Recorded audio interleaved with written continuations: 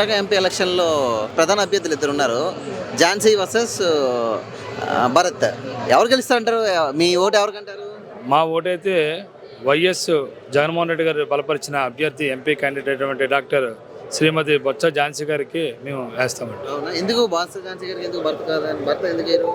అంటే భర్త గారు లాస్ట్ టైం టీడీపీ గవర్నమెంట్ మనం అందరం చూసాం. 2014 నుండి 2019 వరకు ఎటువంటి డెవలప్మెంట్ అయింది, ఎటువంటి స్కామ్లు అయ్యి, ఎటువంటి భూదోపులు అయ్యి అనేది ప్రతి ఒక్కరు చూశారు.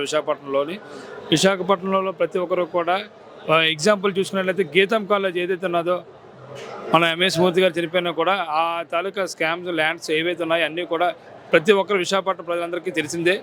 సో ఇలాంటిది కాకుండా విశాఖపట్నం అభివృద్ధి చేయాలి. ఆల్రెడీ ఎంపీ గారు 2 సార్లు ఎంపీగా బొత్స ఝాన్సీ గారు ఎన్నికపడటం, దాని తర్వాత విశాఖపట్నం ప్లాంట్ కోసం మాట్లాడడం, భోగాపురం ఎయిర్పోర్ట్ కోసం, విశాఖపట్నం ఎయిర్పోర్ట్ కోసం ఎన్నోసార్లు పార్లమెంట్లో మాట్లాడడం కూడా సందర్భాలు మనం చూసాం. అదేవిధంగా ఆవిడ గెలిపించుకుంటే ఇంకా ఉన్నత స్థాయికి విశాఖపట్నం డెవలప్ అవుతున్న ఆశతో రాజధాని అవబోతుంది. ఎంపీ చాలా ప్రధానం కాబోతున్నారు.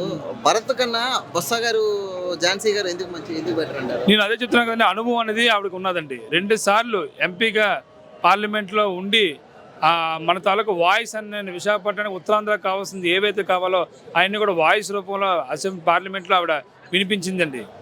సో ఇది ఎక్స్పీరియన్స్ అనేది ఖచ్చితంగా క్యాలిక్యులేటెడ్. డెఫినెట్లీ సార్, పక్కాగా సార్, పక్కా బొత్స ఝాన్సీ గారు పక్కా గెలుస్తారు. అలాగే విశాఖపట్నంలో 4 కూటమి వస్తుంది, అది బలం భరత్ కంటున్నారు. లేదండి సార్. ఒకటి, ఇప్పుడు మనం 10 మంది కొట్టే సత్తా ఉన్నప్పుడు మన స్టామినా, మన తాలూకు సత్తా మనకు తెలుస్తుంది. మనం వీక్ అయితేనే పక్కోటి సపోర్ట్ తీసుకుంటామండి. అంతేగాని ఎన్ని కూటమిలు వచ్చినా కూడా జగన్ అన్న సింగిలే. అంటే ఆ పార్టీకి అభ్యర్థి కన్నా జగన్ గారు మెయిన్ అంటారా? ఎస్, అంతే.